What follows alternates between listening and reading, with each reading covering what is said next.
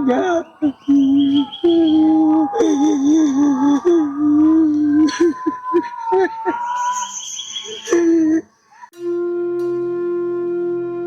ছেলের কবরের পাশে গিয়ে বাবা ডাকছে, আব্বু আমি তোমার বাবা আসছি, একবার আব্বু বলে ডাক দে। কলিজাটা হাহাকার করছে। এভাবেই ছেলের কবরের পাশে গিয়ে হাউমাউ করে কান্নায় ভেঙে পড়েন পারভেজের বাবা।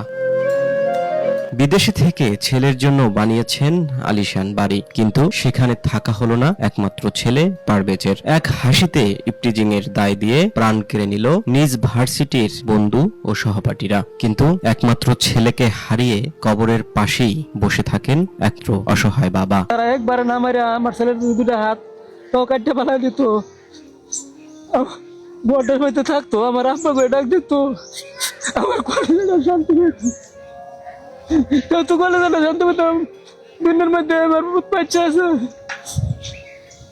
তারা কিভাবে এরকম বড় ক্ষতিটা আমার কইরা দিল। হে আল্লাহ,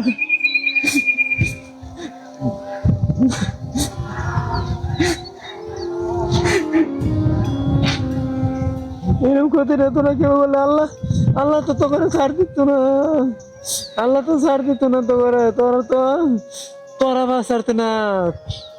এই যে বাংলাদেশের প্রত্যেকটা মানুষ আমার ছেলের জন্য, যারা আমার ছেলেরা মারছে তারপর ফাঁসি যাইতেছে, ছেলের জন্য দোয়া করতেছে। আল্লাহ, দুনিয়ার মানুষ আমার ছেলের জন্য দোয়া করতেছে। আল্লাহ, দুনিয়ার প্রত্যেকটা মানুষের তুমি রহমত করে দিও আল্লাহ। আমার ছেলের জন্য যারা দোয়া করতেছে প্রত্যেকটা মানুষের, আমার ছেলের ছবির মধ্যে দেখিয়াছে, হারা দেখিয়া চোখের পানি ফেলতেছে। আমার একমাত্র ছেলে, ছেলেটা লেখাপড়া শেষ পর্যায়ে ছিল। অনেক মিডিয়ার মধ্যে দেখছি যে ষষ্ঠ সেমিস্টার বলে, কিন্তু আসলে আমার ছেলে অষ্টম সেমিস্টার, টেক্সটাইল ইঞ্জিনিয়ার, অষ্টম সেমিস্টার। আমার বাবা লাগা এত বাড়ি তো, এত বড় বাড়ি তৈরি করলাম, তুমি এই মাটির ঘরে নিয়ে থাকবা।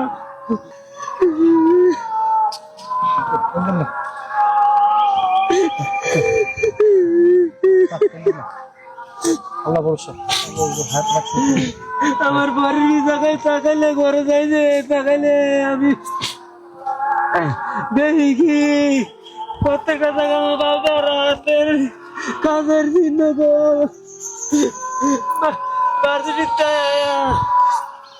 মিস্ত্রিরা কাজ করছে, এবার ঘর নেবে করেন,